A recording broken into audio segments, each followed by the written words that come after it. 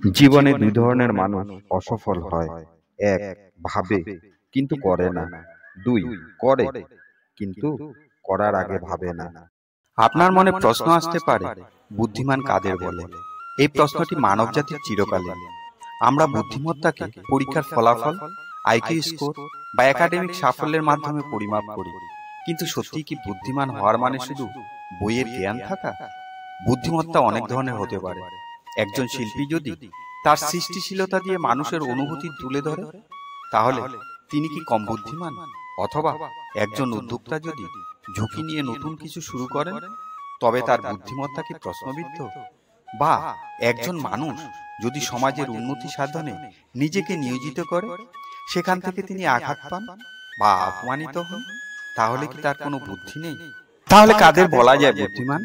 কোনো একমাত্রিক দৃষ্টিকোণ থেকে নয়, বরং বিভিন্ন ক্ষেত্রে দক্ষতা এবং মানবিক গুণাবলীকে বিবেচনা করলে আমরা বুঝতে পারব বুদ্ধিমত্তার প্রকৃত রূপ। মানুষ পৃথিবীর শ্রেষ্ঠ জীব। শিক্ষা, দীক্ষা, বুদ্ধিমত্তা, আচার, ব্যবহার, সংস্কৃতি সব দিক থেকেই শ্রেষ্ঠ। এই শ্রেষ্ঠ মানুষদের মধ্যেই এক প্রকার মানুষ আছে যাদের আমরা বলি বুদ্ধিমান। এরা সাধারণ শিক্ষায় শিক্ষিত নন। এদের মধ্যে পুঁথিগত বিদ্যা ছাড়াও বাস্তব অভিজ্ঞতা থাকে, যা নিজের জীবন বা অন্যদের জীবনশৈলী থেকে অর্জন করে। এ ধরনের মানুষদের কিছু বিশেষ বৈশিষ্ট্য থাকে।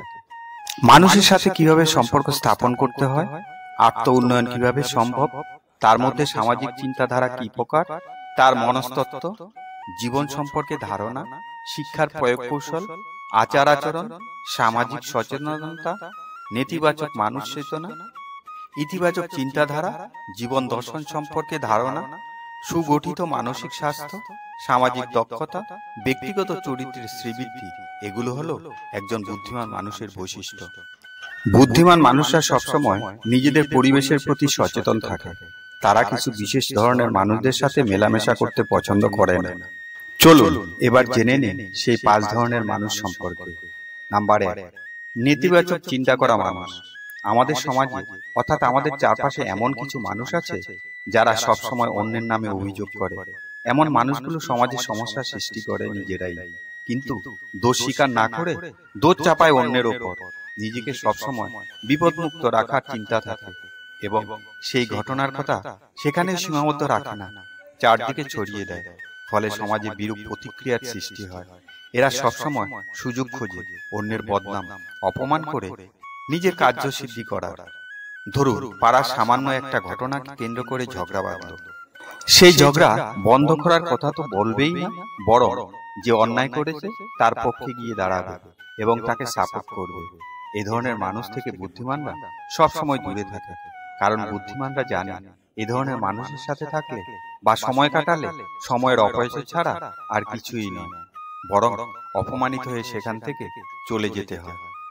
নাম্বার 2, দায়িত্বহীন মানুষ। সমাজে এমন কিছু মানুষ আছে যারা সব সময় নিজেকে বাঁচিয়ে চলে, সমাজের কোনো দায়িত্ব নিতে চায় না। এরা মনে করেন দায়িত্ব নিলেই তারপর অতিরিক্ত চাপ এসে পড়বে, অর্থাৎ এরা দায়িত্ব নিতে ভয় পায়। এই ধরনের মানুষরা সাধারণত নিজেদের উপর চাপ নেন না এবং অন্যদের উপর নির্ভরশীল থাকেন। ধরুন, গ্রামের একটা রাস্তা খারাপ হয়ে গেল বা কোনো দুস্থ পরিবার খুব বিপদের মধ্যে আছে। এই সকল ক্ষেত্রে এই ধরনের মানুষরা দূরে দূরে থাকে। এরা ভাবেন রাস্তা মেরামত বা দুস্থ পরিবারটির পাশে গিয়ে দাঁড়ালে যদি কোনো প্রকার টাকা পয়সা দিয়ে সাহায্য করতে হয়, তাই এই সমস্ত কাজ বা দায়িত্ব থেকে নিজেদের সবসময় দূরে রাখেন। তাই বুদ্ধিমানরা এই ধরনের মানুষের সাথে কোনো প্রকার সম্পর্ক স্থাপন করা থেকে দূরে থাকেন, কারণ এই ধরনের মানুষগুলো যে কোনো সময় নিজের দায়িত্ব থেকে দূরে সরে যেতে পারে। এমনকি বুদ্ধিমানরা এদের সাথে মেলামেশাও বন্ধ করে দেন। নাম্বার 3, অক্ষমতা অস্বীকার করা মানুষ।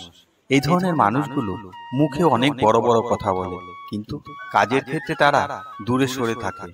অর্থাৎ তারা কখনো স্বীকার করতে চায় না যে সেই কাজটি তার পক্ষে করা সম্ভব নয়, অর্থাৎ সে কাজটি করতে অক্ষম।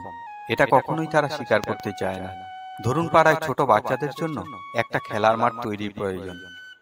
সেই খেলার মাঠটি তৈরি করতে হলে পাড়ার লোকেদের সঙ্গে আলোচনা করে জায়গা নির্ধারণ করতে হবে। জায়গা নির্ধারণ করার পর সরকারের সঙ্গে আলোচনা করে সরকারি অনুদান নিয়ে খেলার মাঠ ও সাথে বাচ্চাদের জন্য পার্ক তৈরি করতে হবে।